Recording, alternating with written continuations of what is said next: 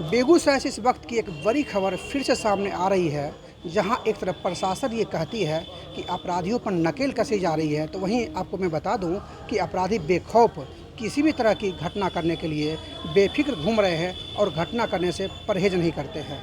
ताज़ा मामला बेगूसराय से आ रही है, जहां कोर्ट में स्टाम्प वेंडर के काम कर रहे निरंजन कुमार, जिनकी उम्र लगभग 60 वर्ष बताई जा रही है, चित्रगुप्त नगर पोखरिया निवासी बताए जा रहे हैं और उनकी आज संदिग्ध अवस्था में लाश मिली है बेगूसराय में। परिजनों से पूछे गए सवाल पर उन्होंने कहा है कि किसी से भी कोई वैर नहीं था, किसी से कोई दुश्मनी नहीं थी, लेकिन सबसे बड़ा सवाल ये बनता है कि जिस स्कूटी से वो घर से प्रतिदिन कोर्ट आया करते थे, वो स्कूटी घटना स्थल के पास NH से लगभग 300 मीटर अंदर यानी खेत में जाकर मिली है। तो ये कहीं न कहीं एक सवाल खड़ी करती है कि कहीं न कहीं अपराधी इस घटना को अंजाम दिए हैं, लेकिन फ़िलहाल प्रशासन जांच कर रही है। अभी प्रशासन कुछ भी कहने से बच रही है। उन्होंने कहा है कि जांच हो रही है, जांच के बाद ही पता चलेगा कि आखिर मामला क्या था। CCTV खंगाला जा रहा, उस रास्ते में जितनी भी CCTV कैमरा है, चूँकि कोर्ट के जितने भी स्टाफ है उन्होंने भी कहा है कि आज सुबह भी वो कोर्ट आए, अपने दुकान को खोले, उसके बाद फिर वहाँ से कितना बजे वो निकले हैं इसकी कोई जानकारी नहीं मिल पाई है। तो वही मैं बता दूं कि ऐसा कहा गया है कि लगभग 2 से ढाई बजे के बीच सूचना मिली कि निरंजन कुमार का शव जो है खेत में पड़ा हुआ है, जिसके बाद जो है आनन फानन में परिजन और जो भी कोर्ट के स्टाफ थे वो वहाँ गए तो पता चला कि ये निरंजन कुमार का ही शव है। बाकी क्या कुछ सामने आ रहा है, परिजनों ने क्या कुछ कहा है, सांसद प्रतिनिधि अमरेंद्र कुमार अमर ने प्रशासन को हिदायत दिया है कि इस तरह से काम नहीं चलेगा। यानी साफ तौर पर कह सकते हैं कि चेतावनी दिया गया है कि आप कहते हैं कि अपराधियों पर नकेल है, लेकिन आखिर ये किस तरह का नकेल है।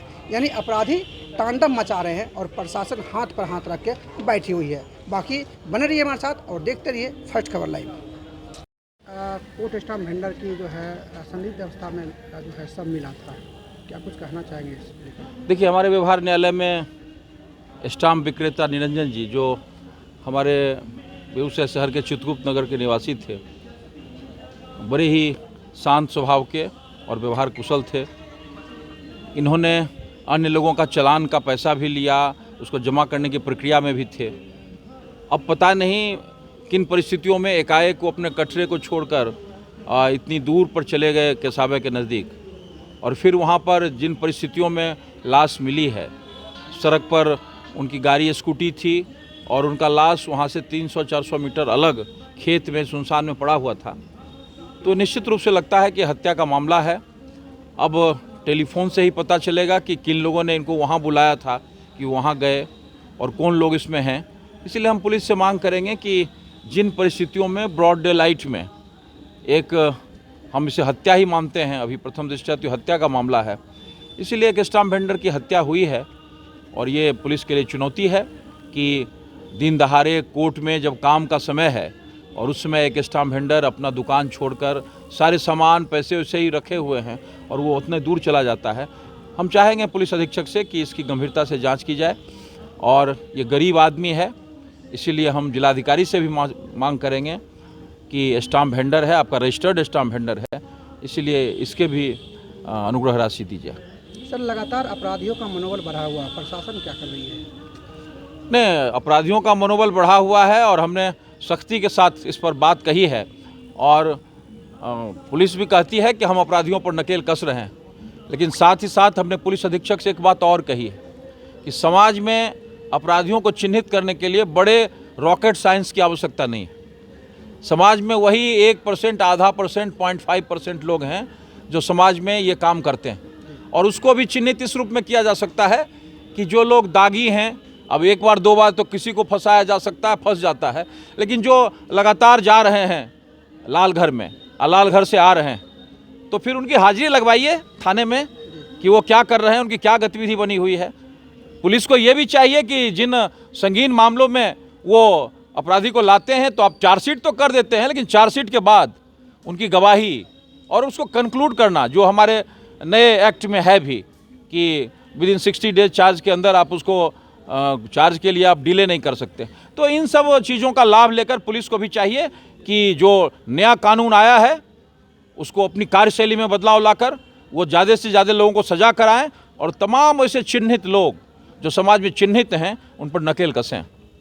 घटना हुआ है। हम एक ज़मीन के रजिस्ट्री के संबंध में डीएम यहाँ केस हुआ है, उसी के कोर्ट संबंध में हम सिविल कोर्ट गए मुंशी से पूछने के लिए कि आवेदन दिए हैं, हाजिरी दिए हैं। बोला हाँ हम दे दिए हैं। बोले डीएम साहब कब बैठे, किस समय बैठेंगे? तो बोले कि लीगल सेक्शन के बड़ा बाबू से पूछ लीजिए।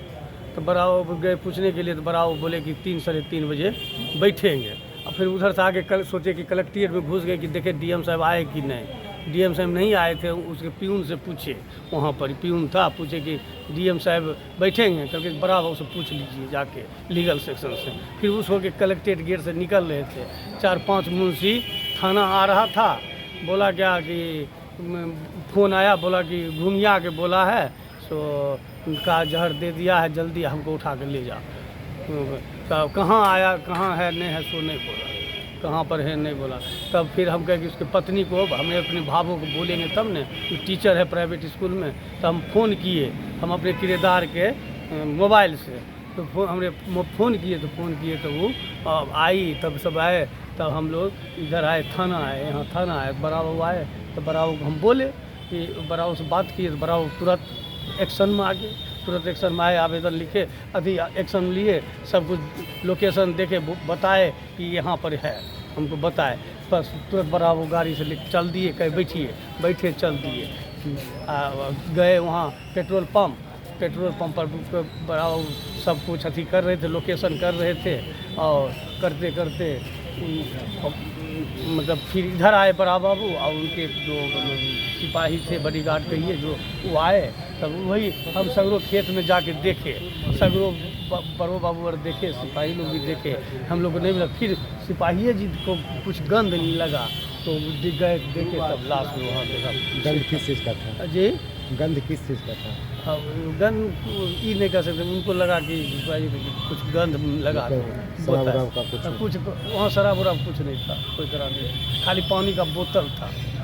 SFL की टीम आए, बड़ा वो बोले SFL की टीम आए, सब कुछ। क्या लग रहा है मौत का कारण क्या हो सकता है? हमको तो कुछ पते बुझाता ही नहीं कुछ क्या हुआ कारण। हमको लगता है जैसे क्या हो सकता है, कोई फ़ोन पर बुलाया होगा, गया होगा, फ़ोन से पता लगेगा, फ़ोन से CC कैमरा लगा हुआ, किसके साथ गया या नहीं गया। लेकिन जैसा कि सुनते हैं कि वहाँ के जो बिछाता उछाता है, वो बोला अकेले गया, कटरा खोला, अब गया। अब क्या है बात?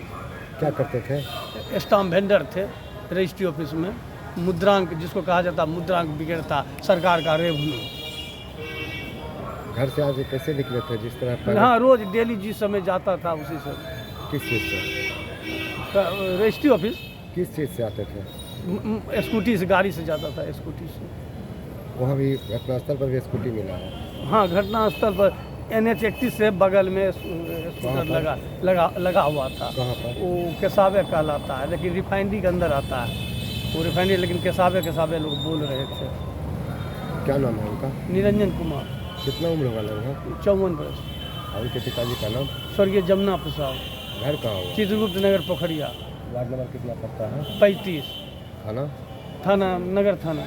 जहाँ शव बरामद हुआ है, हाँ। किस थाना क्षेत्र में मिला है? उधर बहुत बोलते थे केसावे पे, बहुत कहते थे, या क्या कहते हैं रिफाइनरी का, 2 जगह बता रहे थे। अब ऐसे हम कौन में जगह पड़ता है नहीं कर सकते, लेकिन हम ये जानते हैं कि बड़ा बाबू बहुत ही अच्छे हैं, जो कि बड़ा बाबू बहुत एक्शन तुरंत लिए।